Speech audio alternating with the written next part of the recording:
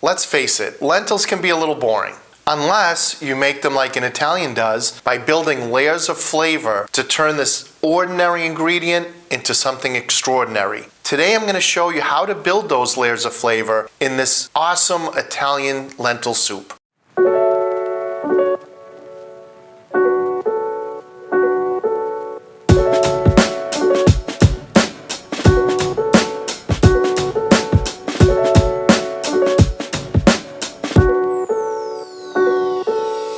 Lentils are really an essential part of Italian cuisine. It's part of that cucina povera, which means peasant food essentially. They have so much protein that it was a great meat substitute for those poor people back in the day. But because Italians just know how to make things taste good and build layers of flavor, the humble lentil in the cucina povera becomes something that people still eat to this day. It's hearty and it's satisfying, and it relies on a few foundations to get this really delicious. One is the sofrito. The difference in this one is not only am I using carrot, celery, onion chopped finely, but I'm also leaving some of the carrot pieces chunky. The reason for that is I want to have some sweetness in this dish that's going to counterbalance that earthy flavor of the lentils. Another foundation is using some pancetta or guanciale, even bacon, cured pork products, and legumes and pulses and beans just really work well together. Another essential for this dish, in my mind, are having some dried porcini mushrooms.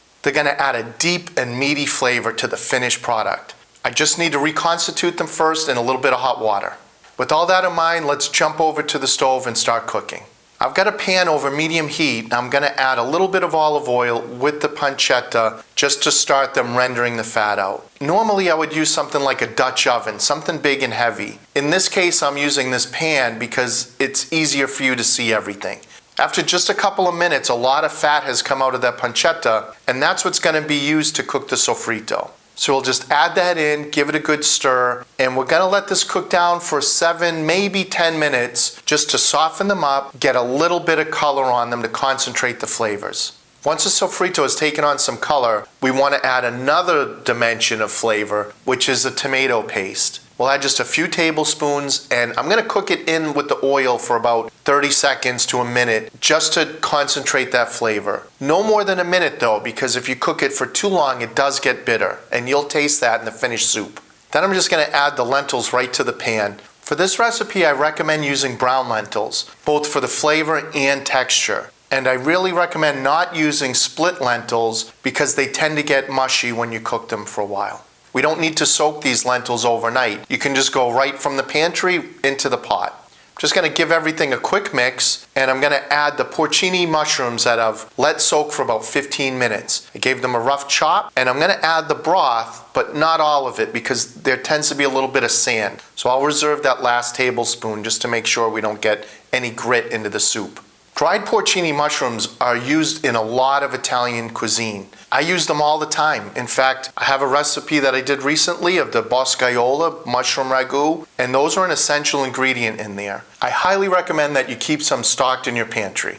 Next, I'm going to add some tomato passata and then top everything up with some water. I'm using passata because I want that kind of fresh bit of the tomato. It's going to add a little of acidity and some freshness to cut through the richness and earthiness of the dish. Adding some fresh herbs to this is also going to make a big difference. I've got a bay leaf, can be dried or fresh, then some fresh sage, and I chopped some fresh rosemary. These types of herbs are really going to complement the earthiness of the lentils. This is another way that we can build flavors when you think of how to complement the different flavors that we're going to have in the dish. And herbs are a perfect way to do that. The last thing that I'm going to add is some fresh chard. I like adding fresh greens to this soup because it does add some color and they add a little bit of freshness as well. You could use fresh spinach or you could leave these out entirely. We've got everything in now, so it needs to cook over a medium heat for about 40 minutes. You'll notice I didn't add any salt yet.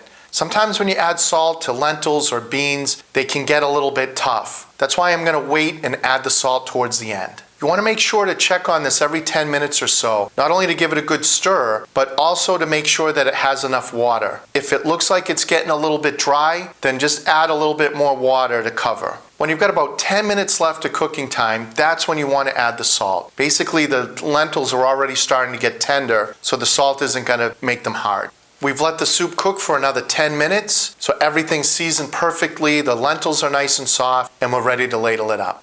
The lentils have really held their shape, which is what I like about using these brown lentils.